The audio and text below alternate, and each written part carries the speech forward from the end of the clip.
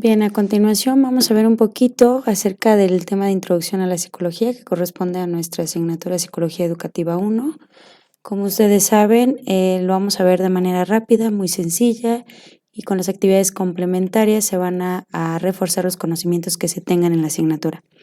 La importancia que tiene la psicología dentro del campo de la pedagogía es que precisamente se van a tomar en cuenta algunas teorías que se ofrecen sobre el proceso de aprendizaje y sobre el proceso de enseñanza. En este caso, vamos a ver un poquito acerca de cómo la psicología toma o forma parte de la pedagogía en la asignatura Psicología Educativa. Tenemos por aquí el objetivo de la unidad. Precisamente vamos a conocer, a comprender e identificar a grandes rasgos los conceptos, fundamentos y áreas de la psicología para que ustedes puedan generar y construir un pensamiento crítico respecto a cómo funciona el aprendizaje en el ser humano. Claro está que muchos de ustedes han escuchado acerca de la psicología o tienen una idea acerca de qué es lo que hace la psicología, pero en este caso lo vamos a enfocar directamente al contexto escolar para ir entendiendo cómo es que el proceso de aprendizaje se presenta, ¿vale? Ok, bueno, dada esta primera parte, vamos a identificar qué es la psicología. A grandes rasgos podemos identificar que existen una infinidad de definiciones, pero nos vamos a ir por la más sencilla y por la más práctica. Si dividimos el concepto como tal, podemos identificar que la psicología es aquella ciencia que se encarga de estudiar los procesos mentales, las sensaciones, las percepciones y el comportamiento del ser humano en relación con el medio ambiente físico y social que lo rodea. Esto quiere decir que dentro de su definición, al hablar de procesos mentales, estamos hablando del proceso de aprendizaje, de atención, de memoria, de motivación, de pensamiento, etcétera, etcétera, y cómo este se vincula dentro del campo de la educación. Claro está que tenemos que identificar que la psicología como tal tiene su propio campo de estudio. En esta ocasión lo vamos a ir adecuando al campo del contexto escolar para ir entendiendo cómo es que realmente un ser humano puede aprender o cuál es su estilo de aprendizaje, cuáles son las deficiencias o limitaciones que se pueden tener y sobre todo cómo es que su entorno, tanto físico como social, también tiene un gran impacto en el proceso de aprendizaje. Entonces de aquí tomamos en cuenta que la psicología nos va a ofrecer algunos conocimientos que podemos abarcar y adecuar al campo el campo escolar en este caso. Ok, bien. A grandes rasgos podemos identificar que la psicología adecuada al campo escolar, pues bueno, va a tomar en cuenta estos procesos mentales que son necesarios para entender el proceso de aprendizaje. Y claro está que debemos tomar en cuenta su objeto de estudio. ¿Cuál es el objeto de estudio de la psicología? Como tal, es comprender y analizar al ser humano desde su proceso cognitivo, afectivo, conductual. ¿Qué quiere decir esto? Y voy a hacer énfasis en esta parte. Cuando hablamos del proceso cognitivo, afectivo, conductual, por ende nos da a entender que el ser humano va a ser visto desde 3 dimensiones, es decir, la parte cognitiva que tiene que ver con cuestiones a nivel mental. Todos estos procesos que no son palpables, pero que sabemos que están ahí, tiene también una dimensión afectiva que la vamos a ligar también como a sensaciones, emociones, percepciones que todo individuo tiene. Y tenemos también la parte conductual, es decir, aquello que nosotros podemos observar a través de nuestro lenguaje corporal, con gestos o inclusive también a través de las palabras. Todo detona una cuestión de análisis, sobre todo para el campo de la psicología. ¿Qué voy a entender de esta parte? Pues bueno, a manera de ejemplo, nosotros cuando enfrentamos alguna situación que puede ser tanto estresante, puede ser inclusive de conflicto, pasamos por este proceso, ¿vale? Un ejemplo muy sencillo sería presentar un examen extraordinario. Los exámenes extraordinarios como tal van a generar cierta situación en los estudiantes y pasan por estas dimensiones que pertenecen al proceso. Es decir, a nivel cognitivo, ¿qué quiere decir esto? A nivel pensamiento, puede influir la situación de que tengan tanto pensamientos que ayuden o faciliten este proceso de presentar el examen. Es decir, si se estudió, hay retención, hay memoria, ¿no?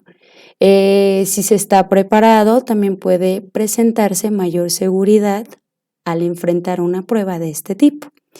Ojo, también se va a tomar en cuenta la cuestión afectiva, es decir, si yo me preparé para mi examen extraordinario, sé que la información la tengo en mi memoria, tengo conocimientos, por lo tanto también se va a ver influenciado en mi cuestión afectiva, es decir, puedo estar muy tranquila, puedo estar inclusive muy segura de los resultados que voy a obtener. Tercero, la dimensión conductual. Si yo realmente estudié, mi conducta también lo va a detonar. ¿De qué manera? En el momento en el que yo esté contestando la evaluación, pues bueno, mi lenguaje corporal me va a indicar que precisamente tengo seguridad y todo se relaciona. Ahora, si lo vemos de otra manera, si alguien que no está preparado para un examen extraordinario, pues bueno, lo primero que va a evidenciar es la cuestión cognitiva, es decir, no tiene razón o no tiene pensamientos que van a estar asociados a lo que se le está preguntando en el examen extraordinario. Por lo tanto, se va a presentar una emoción que puede ser inseguridad, puede ser controversia, puede ser miedo, inclusive sorpresa al ver la cantidad de preguntas que se presentan. Conductual, es decir, a través de sus gestos o de sus acciones, detonar que existe, ¿no? Inclusive una situación de conflicto porque pues no se conoce la información que viene en el examen, ¿no? Entonces podemos ver qué pasa por este proceso. Y no solamente en los exámenes, también, por ejemplo, en nuestra vida diaria pasamos por este proceso cognitivo, afectivo, conductual, para todo, ¿no?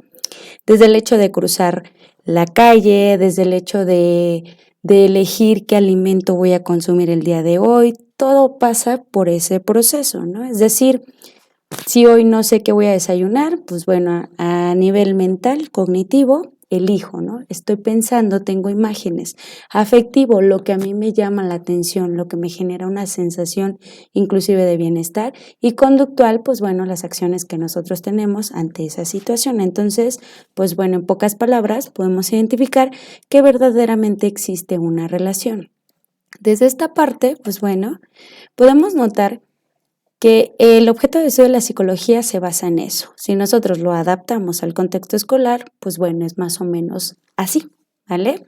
Y pues bueno, tenemos que saber que nosotros como seres humanos, pues tenemos por ahí una conexión directa con estas tres dimensiones y como les mencionaba, la mayoría del tiempo nos enfrentamos a ello y la psicología busca comprender y analizar cómo se presenta este proceso en sus tres dimensiones. Ahora, hay que adaptarla, como mencionaba hace un instante, al contexto escolar. Bien, a grandes rasgos también vamos a hablar acerca de las metas que tiene la psicología. En esta ocasión te lo voy a mencionar de manera muy rápida, también por el corto tiempo que tenemos y pues bueno, tú te vas a dar a la tarea de completar esta información en base a las lecturas que se te están asignando para que puedas tener también un nivel de comprensión un poquito más completo acerca de la participación que tiene la psicología dentro del campo de la educación. Bien, uno de los principales o de las principales metas que tiene la psicología es describir. La mayoría del tiempo nosotros podemos asociar esta cuestión de describir a dar como un listado de algunas características, pues bueno, podríamos irnos de ejemplos muy sencillos. Si yo en este momento te pido que me describas cómo es tu habitación, vas a darme una lista de características que definen tu propio espacio y me puedes mencionar, pues es de color rosa, tiene cuadros, tengo una, no sé, tengo peluches, qué sé yo, ¿no? Me empiezas a detonar como pequeñas características que denotan una descripción, ¿no? En el caso de la psicología, lo que buscamos es describir el comportamiento humano, es decir, a través de pequeñas características, ¿vale? Podemos comprender y tener una mejor perspectiva de cómo funciona el ser humano. En el caso de que nosotros, por ejemplo, desde el campo de la psicología, tengamos que definir o describir, en este caso, una conducta normal o anormal, tendríamos que dar como un listado de características que permitan diferenciar uno de otro. ¿sí? Y pues bueno, esta meta nos sirve precisamente para identificar una situación de otra, un comportamiento de otro, una situación específica de otro. Esta meta vinculada al campo de la educación es prácticamente lo mismo. Cuando nosotros, por ejemplo, nos enfrentamos ante una situación de conflicto en un grupo escolar, podemos describir fácilmente alguna situación que se esté presentando. No sé, niños con dificultades, no sé, puede ser para acatar las órdenes. Tenemos, por ejemplo, niños que se les dificulta la lectura. Cuando nosotros describimos, podemos mencionar, pues le cuesta un poquito más, e inclusive no hace bien las tareas. O sea, ya tenemos como una noción de cómo, ¿sí? Pues es esa cuestión de describir. En el campo escolar, pues también se utiliza esta meta atribuyéndolo desde la psicología. La siguiente meta que tenemos por ahí de la psicología como tal es explicar. Bueno, la mayoría de las veces nosotros en nuestra vida cotidiana pues explicamos, ¿no?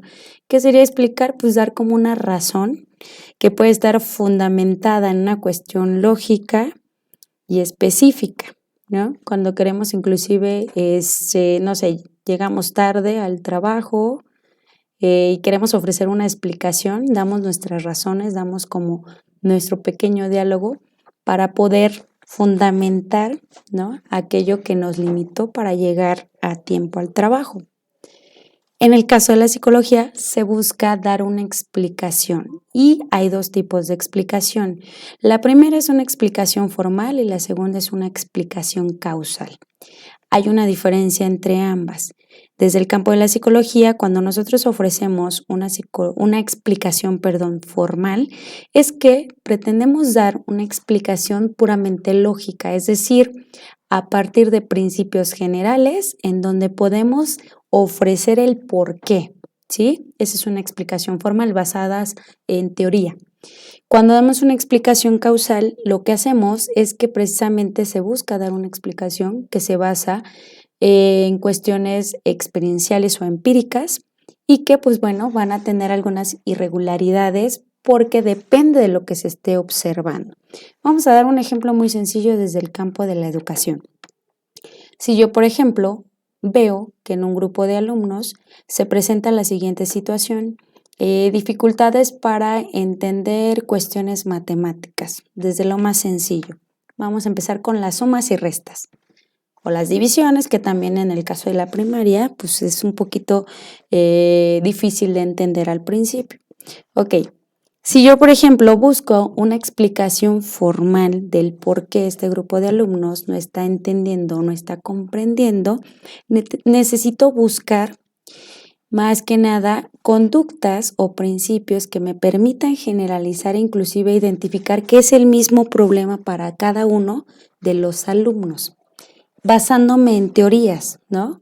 Basándome a lo mejor que si el alumno no está acostumbrado a cierto ritmo de trabajo y de acuerdo a lo que yo tengo, puedo ofrecer una explicación y decir que realmente es el grupo completo.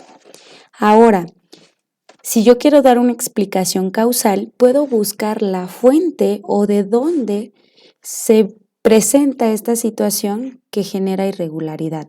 Puede ser inclusive desde la misma didáctica, de la dinámica que se tenga en el salón de clases, o de hecho puede ser también la forma en que el maestro pues está enviando el mensaje sobre las matemáticas, ¿no? Suma, resta o división.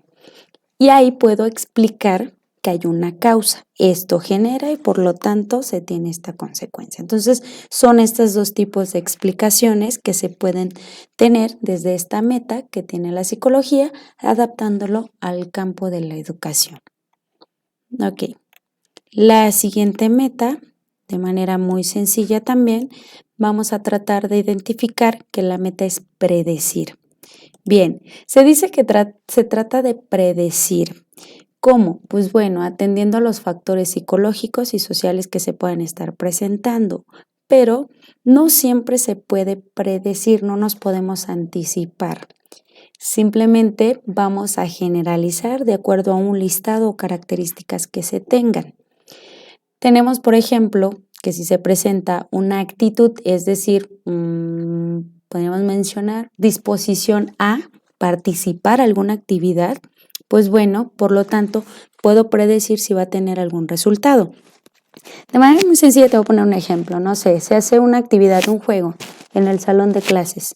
Si de la cantidad de estudiantes que tengo, que son 20 estudiantes, 5 manejan una actitud, es decir, poca disposición a participar en el juego, yo probablemente puedo predecir que el impacto que va a tener dicha actividad en ellos va a ser muy diferente a los demás. ¿Por qué?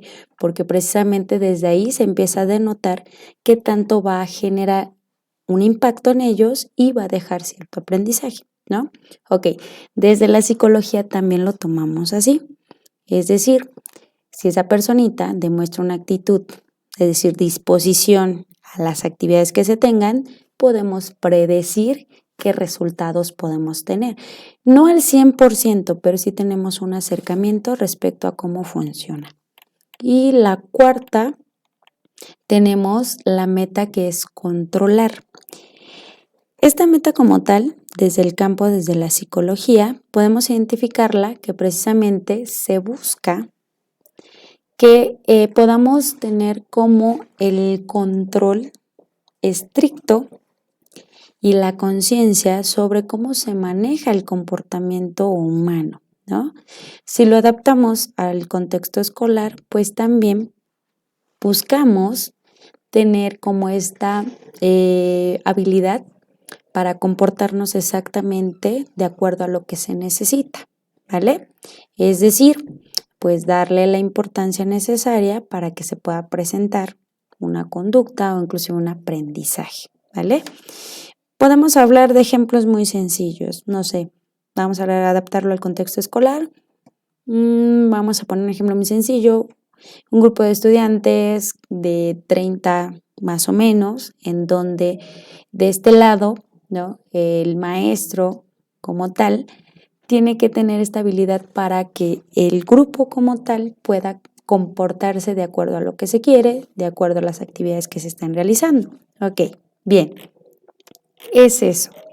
Si nos vamos ya en resumen, pues bueno, de manera muy sencilla, pues podemos entender que la psicología sí tiene impacto, ¿no? ¿Por qué? Porque precisamente identificamos que es una ciencia que nos permite tener conocimientos o una noción acerca de cómo funciona el ser humano desde sus procesos mentales, la interacción que tiene con otros individuos e inclusive con su propio entorno, ¿no? Y esto se detona en el comportamiento y por ende, al hablar de procesos mentales, también en su proceso de aprendizaje.